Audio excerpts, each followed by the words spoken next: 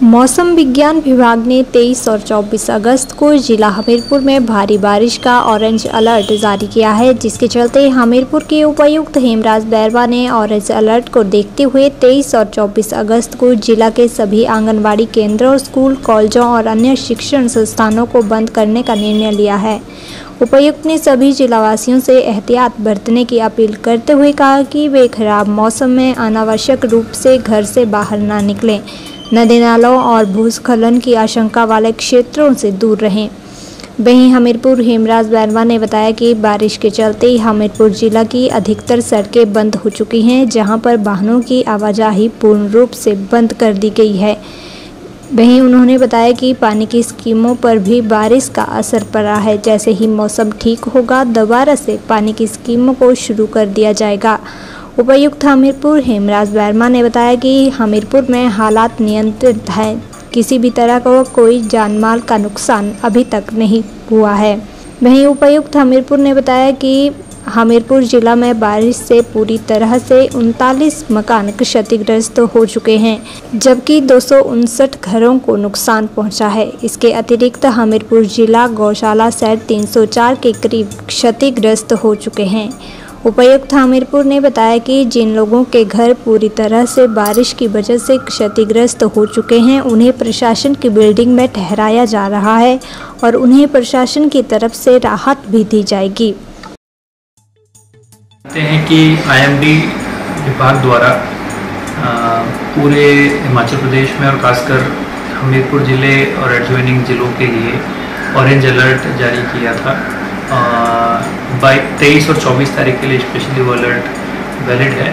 Orange के बाद red alert ही होता है, सो ये एक काफ़ी सीरियस लेवल का अलर्ट इसको माना जाता है। इसके देखते हुए सभी विभाग को अलर्टनेस की स्थिति में रहने के लिए बोला गया है। और जैसा आपने नोटिस भी किया कि रात भर पूरे ज़िले में बारिश चलती रही। इसके लिए एहतियातन तौर पर हमने जो हमारे स्कूल्स हैं और जो एजुकेशन संस्थान हैं उनको बंद रखने का निर्णय लिया था कि कहीं कोई अनहोनी अप्रिय घटना हमारे पास ना रिपोर्ट हो। एंड अपॉर्चुनेटली अभी तक ऐसी कोई घटना आई नहीं है। हाँ, रोड्स हमारे काफ़ी जगह क्लोज हुए हैं। डिपार्टमेंट उन मशीनरीज के साथ उन रोड्स को खोलने के लिए जुटा हुआ है।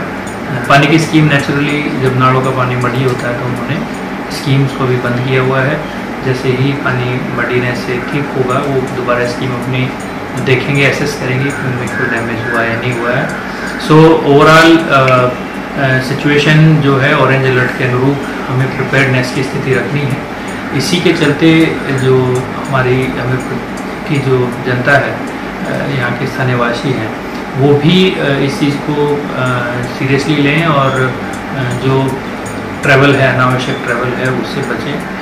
जहाँ स्लाइड प्रोन इलाके हैं, जहाँ पर छोटे पत्थर आने की आशंका होती है या कहीं रोड केबिन होने का खतरा होता है, तो ऐसे जगह पर से गुजरने का उस चीज़ को अवॉइड करें, ताकि ऐसे ज़िले में कोई अप्रिय घटना का हमें नुकसान ना हो और हम जो डिजास्टर की सिचुएशन है उससे निपटने के लिए सक्षम।